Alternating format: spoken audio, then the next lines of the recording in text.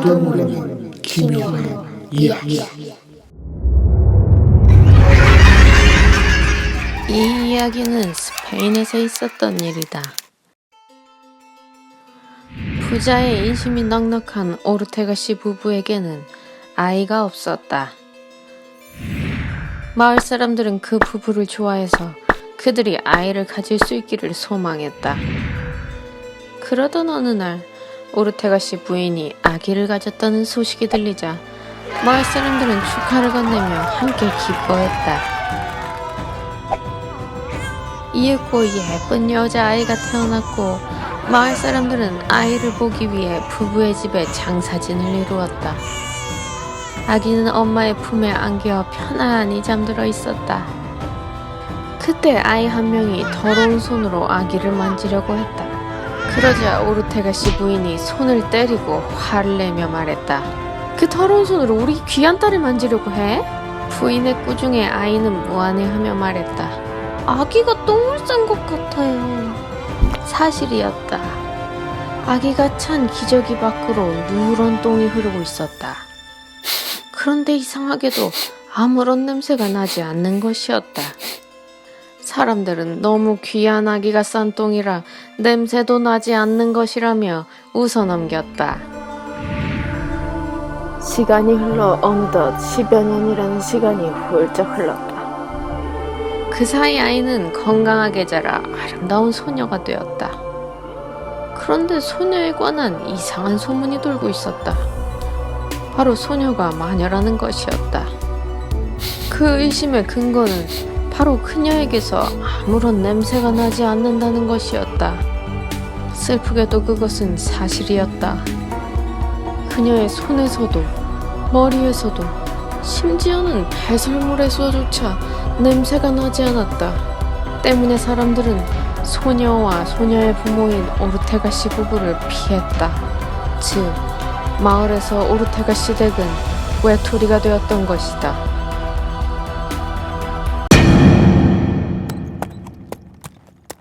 그러던 어느 날 순례의 길을 가는 늙은 수도사가 마을에 도착했다. 그는 여관이 아니라 오르테가 씨 부부 댁을 찾아 하룻밤 머물 수 있기를 정했다. 원래 인심이 후한 오르테가 씨도 그 수도사를 반갑게 맞아들였다. 보잘것없는 저를 이렇게 환대해 주셔서 감사합니다. 아닙니다. 손님을 맞이하는 것은 저희의 기쁨입니다. 그때 수도사 앞에 오르테가 씨 부부의 딸 소피아가 나타났다. 소피아에게서는 세상의 것 같지 않은 아름다움이 빛을 내뿜고 있었다. 짧은 순간이었지만 수도사는 예리한 눈으로 그녀를 응시했다. 하지만 곧 표정을 바꿔 따스한 미소를 지으며 그녀의 손에 키스하려 했다. 더러운 손 치워! 늙은 영감탱이가 감히 누굴 만지려고 해! 소피아는 수도사의 손을 외면하며 그를 경멸했다. 수도사님, 죄송합니다. 제 딸아이가 좀 버릇이 없습니다. 이해해 주십시오. 수도사가 깊은 눈으로 소피아를 응시했다. 그러자, 왜 그러십니까? 따님에게 혹시 이상한 증상이 있지 않습니까? 가령 예를 들면 몸에서 아무런 냄새가 나지 않는다거나. 그걸 어떻게 하셨습니까? 수도사님, 부디 오해하지 마십시오. 제 딸은 절대 마녀가 아닙니다. 예, 저도 잘 압니다. 예전에 비슷한 증상을 겪은 어떤 소년을 알고 있기 때문이지요. 비슷한 증상이요? 예, 그 소년에게서도 어떤 냄새도 나지 않았습니다. 그 소년은 어떻게 됐습니까? 보시다시피 이렇게 잘 살고 있습니다. 그럼 수도사님도 같은 증상이 있었다고요? 이렇게 냄새가 나는데요? 예, 하지만 전에는 따님처럼 제 몸에서도 냄새가 나지 않았습니다. 대체 어떻게 고치셨습니까? 죄송합니다만 우선 먼저 식사를 좀 할 수 있을까요? 이렇게 해서 수도사는 오르테가 가족과 함께 저녁을 먹기 시작했다.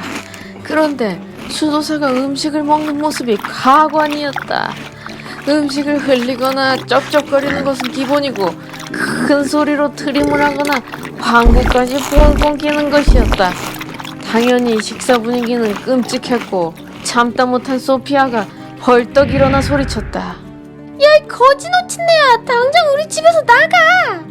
하지만 그런 외침에도 수도사는 먹는 것을 멈추지 않았다. 내 말이 안 들려? 어서 이 집에서 나가란 말이야! 하지만 수도사는 꿈쩍도 안 했다.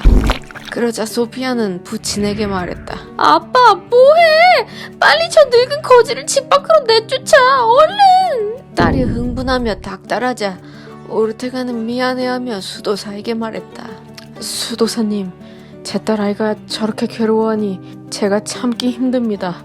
죄송합니다만 부디 이 집을 떠나주십시오. 그러자 수도사가 코를 킁킁거리며 말했다. 어디서 고약한 냄새가 나지 않습니까? 수도사의 말에 사람들이 코를 킁킁거리자 정말 고약한 냄새를 맡을 수 있었다. 이 냄새는 수도사님이 낀 방귀 냄새 아닙니까? 아닙니다.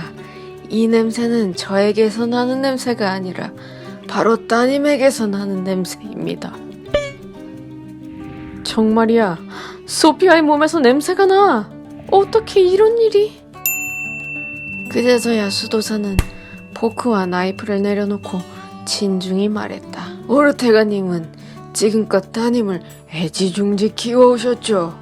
예, 맞습니다. 어렵게 얻은 무남동녀 외동딸이기에 더욱 아끼며 보호했습니다. 문제는 거기에 있었습니다. 무슨 말입니까? 그런 과도한 보호 속에 살았기에 따님은 지금 자신이 천사라고 믿고 있습니다. 당연히 천사에게서는 인간의 냄새가 나질 않죠. 저 늙으니까 도대체 무슨 말을 하는 거야? 인간은 누구나 고통을 겪습니다. 그리고 그 고통 가운데 인간은 성장하고 성숙합니다. 하지만 소피아는 지금껏 고통을 피해 자기 마음대로 살아왔습니다. 마치 전상의 전사처럼 말입니다. 그러니 인간의 냄새가 나지 않는 것은 당연하지 않겠습니까? 그럼 지금 소피아에게서 나는 이 냄새는 뭐죠? 그것은 고통을 겪기 때문에 나는 냄새입니다. 고통을 피하지 못하고 자신이 인간임을 자각하며 자연스럽게 내는 냄새입니다. 아빠, 저딴 헛소리 듣지 말고 빨리 내쫓아줘요. 빨리요. 자, 이젠 결정하십시오. 따님을 고통 가운데 성장하는 인간으로 키울 것인지 아니면 스스로 천사라고 믿고 있는 무서운 마녀로 키울 것인지 말입니다. 이 말을 마치고 수도사는 오르테가의 집을 나와 조용히 마을을 떠났다. 그리고 그때부터 소피아는 부모님의 엄한 교육 가운데 비로소 사람 냄새 풀풀 풍기는 인간으로 자랐다고 한다.